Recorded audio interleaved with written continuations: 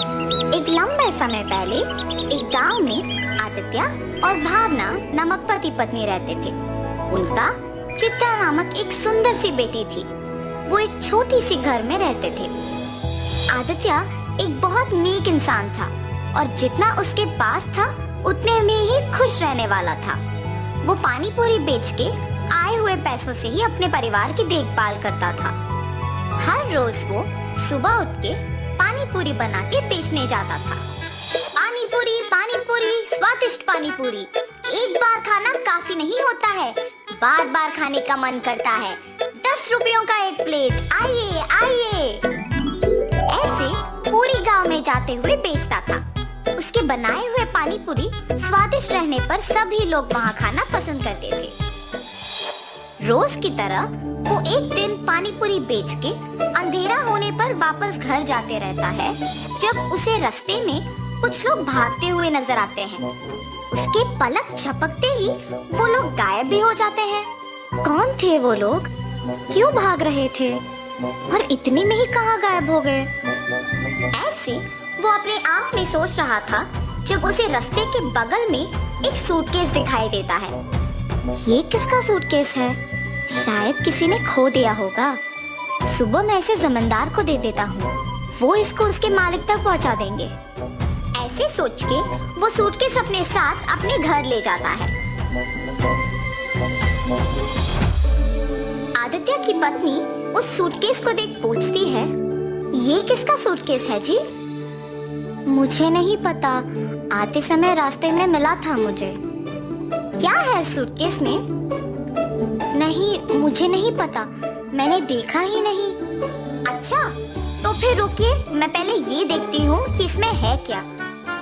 और ऐसे सूटकेस खोलती है। सुनिए, इधर आके देखिए तो कि इसमें है क्या।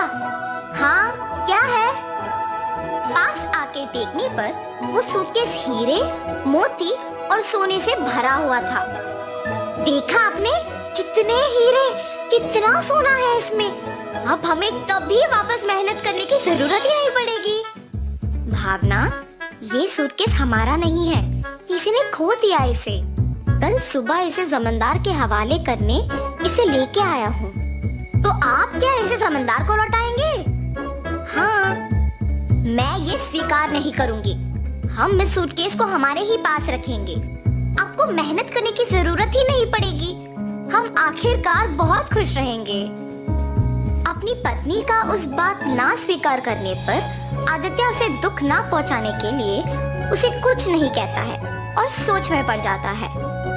अगर मैं उन हीरे और मोती को लेता हूँ तो गलत है, पर अगर मेरी पत्नी वो सब लेती है तो वो मेरी गलती नहीं है ना। ऐसे सोचकर अपनी पत्नी से कहता है, किसी और का कमाया हुआ मुझे खर्च करना ठीक नहीं लगता है। मैं अपने पानीपुरी का दुकान ही चलाऊंगा। तुम्हें जो पसंद तुम वही करो। ऐसे कहने पर उसकी बीवी बहुत खुश होती है। कुछ दिन बाद उसकी पत्नी मिले हुए हीरे, मोती और सोना बेच के एक बड़ा सा घर खरीदती है और वे सब उसी घर में चले जाते हैं। मगर आदित्य अपना पानीपुरी का व्यापार नहीं छोड़ता है। एक दिन जमींदार के पास एक औरत आती है। प्रभु, प्रभु, मेरे घर में किसी ने सारे हीरे, सोना, मेरी गहने चुरा लिया है। मुझे समझ में नहीं आ रहा कि मैं क्या करूं, इसीलिए आपके पास भाग के आई। कृपया मेरी मदद कीजिए प्रभु। फिक्र ना करो माता, मेरे पे भरोसा करके आप चले जाओ। मैं उस चोर को पकड़ के आपको बुलाऊंगा। जमींदार के ऐसे कहने पर वो औरत उन पे भरोसा करके वहाँ से चली जाती है। उसके बाद के कुछ ही दिन में जब आदित्य और उसका परिवार एक बड़ा घर खरीद के उसमें रहने लग जाते हैं, तो गांव के लोग में उन्हीं के बारे में खुसर पुसर शुरू हो जाती है। ऐसे ये बात जमींदार तक भी पहुंचती है। एक साधारण पानीपुरी बेचने वाला एकदम से इतना बड़ा घर कैसे खरीद पाया?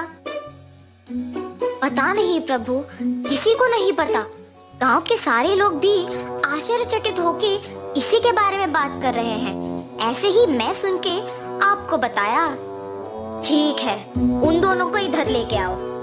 जी प्रभु। जमींदार के कहने पर सेवक उन दोनों को उनके पास लेके जाते हैं। आदित्य, मुझे तुम्हारे बारे में सब पता है, तुम्हारे व्यापार के बारे में भी पता है। तुम्हें कुछ पूछने के लिए यहाँ बुलाया हूँ।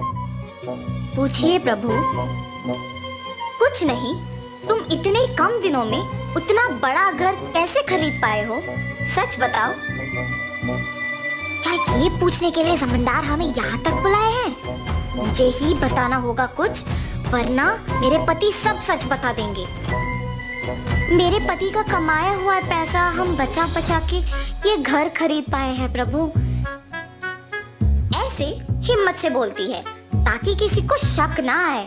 माता, आप पे कोई इल्जाम लगाने के लिए मैं आप लोगों को यहाँ नहीं बुलाया हूँ।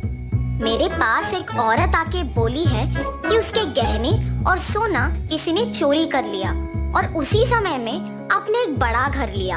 हालात मुझे आपसे इसे पूछने पर मजबूर कर रहे हैं, तो सच कहिए कि आपको इतने पैसे अचानक कहाँ से मिले? अगर मैं अब भी चुप बैठूंगा तो वो एक बहुत बड़ी गलती होगी और उस औरत के दुख का कारण मैं ही हो जाऊंगा।